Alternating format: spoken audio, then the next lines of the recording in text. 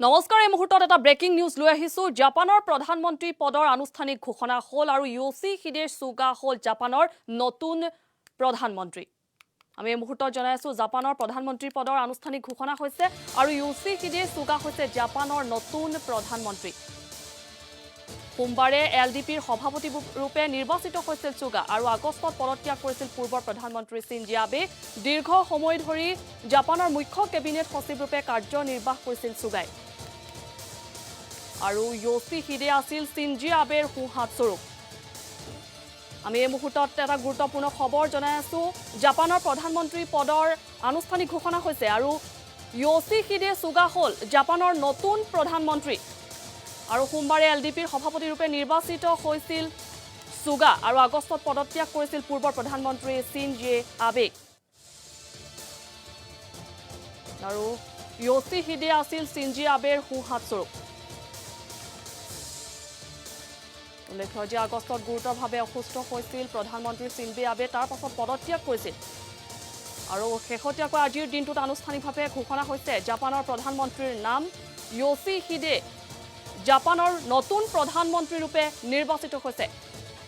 আৰু পূৰ্বৰ প্ৰধানমন্ত্ৰী শিনজো আবেৰ সোঁহাত স্বৰূপ আছিল নৱ নিৰ্বাচিত প্ৰধানমন্ত্ৰীগৰাকী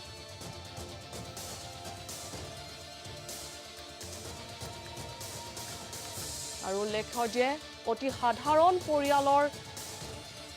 সন্তান হৈছে ইয়োশিহিডে সুগা এজন সাধাৰণ খেতিয়কৰ পৰিয়ালৰ সন্তান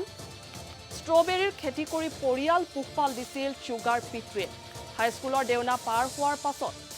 সুগা গাঁও এৰি টকিঅ' পাইছিলহি আৰু 1969 চনত হেনছে বিশ্ববিদ্যালয়ত নাম ভৰ্তি কৰিছিল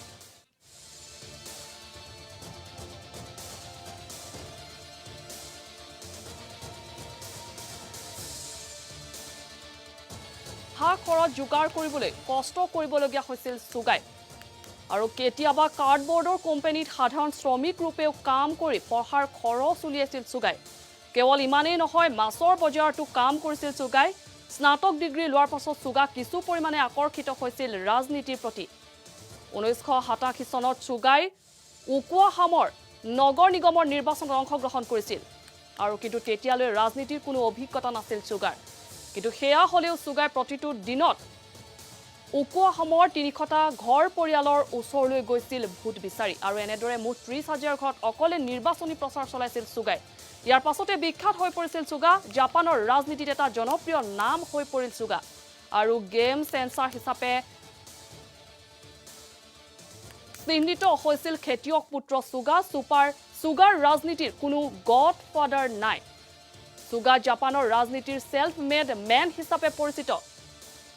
বিশ্বৰ তৃতীয় বৃহৎ অৰ্থনীতিৰ দেশ জাপানক সঠিক দিশত আগবঢ়াই নিব বুলি আশাবাদী জাপানৰ জনতা খেতিয়ক পুত্ৰ মাছৰ বজাৰত কাম কৰা তেনে সাধাৰণ যুৱকজন আজি হৈ পৰিছে অসাধাৰণ ব্যক্তি সমগ্ৰ বিশ্বৰ দৃষ্টি নিবদ্ধ আছে এইগৰাকী বিশেষ ব্যক্তিৰ ওপৰত অসাধাৰণ হৈও সাধাৰণ চিনাকি ইয়োশিহিডে সুগাৰ আমি এই মুহূৰ্তত জনাই আছো জাপানৰ প্ৰধানমন্ত্ৰী পদৰ আনুষ্ঠানিক ঘোষণা হৈছে আৰু ইয়োশিহিডে সুগা হৈছে জাপানৰ নতুন প্ৰধানমন্ত্ৰী ৰূপে নিৰ্বাচিত হৈছে ইয়োশিহিডে সুগা আৰু পূৰ্বতে সোমবাৰৰ দিনটোত এলডিপিৰ সভাপতি ৰূপে নিৰ্বাচিত হৈছিল আৰু আগষ্টত পদত্যাগ কৰিছিল পূৰ্বৰ প্ৰধানমন্ত্ৰী শিনজো আবেৰ সোঁহাত স্বৰূপ আছিল নৱ নিৰ্বাচিত এগৰাকী প্ৰধানমন্ত্ৰী আৰু এটা কথা উল্লেখ কৰিব লাগিব অতি সাধাৰণ পৰিয়ালৰ লোক আছিল এইগৰাকী প্ৰধানমন্ত্ৰী সাধাৰণ খেতিয়ক পৰিয়ালৰ সন্তান আছিল ষ্ট্ৰবেৰীৰ খেতি কৰি পৰিয়াল পোহপাল দিছিল সুগাৰ পিতৃয়ে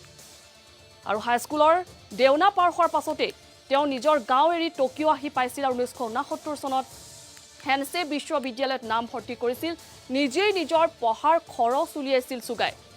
কেতিয়াবা যদি কাৰ্ডবোৰ্ডৰ কোম্পানীত সাধাৰণ শ্ৰমিক ৰূপে কাম কৰিছিল কেতিয়াবা আকৌ মাছৰ বজাৰতো কাম কৰিছিল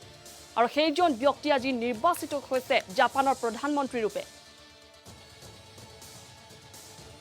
সাধাৰণ পৰিয়ালৰ অংশীদাৰ হৈ আজি বিশ্ববাসীৰ বুকুত নিবদ্ধ হৈছে এগৰাকী ব্যক্তি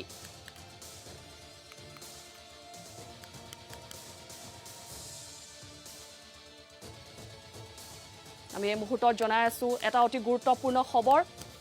জাপানৰ ৰাজনীতিত জনপ্ৰিয় নাম হৈ পৰা চুগা আজি জাপানৰ প্ৰধানমন্ত্ৰী ৰূপে নিৰ্বাচিত হৈছে এটা অতি সাধাৰণ পৰিয়ালৰ সন্তান য়োশিহিডে তেওঁ আছিল পূৰ্বৰ প্ৰধানমন্ত্ৰীৰ সোঁহাতস্বৰূপ আৰু জাপানৰ ৰাজনীতিৰ সেল্ফ মেড মেন বুলি পৰিচিত এইজন ব্যক্তি আৰু বিশ্বৰ তৃতীয় বৃহৎ অৰ্থনীতিৰ দেশ জাপানক সঠিক দিশত আগুৱাই নিব বুলি এতিয়া আশাবাদী জাপানৰ জনতা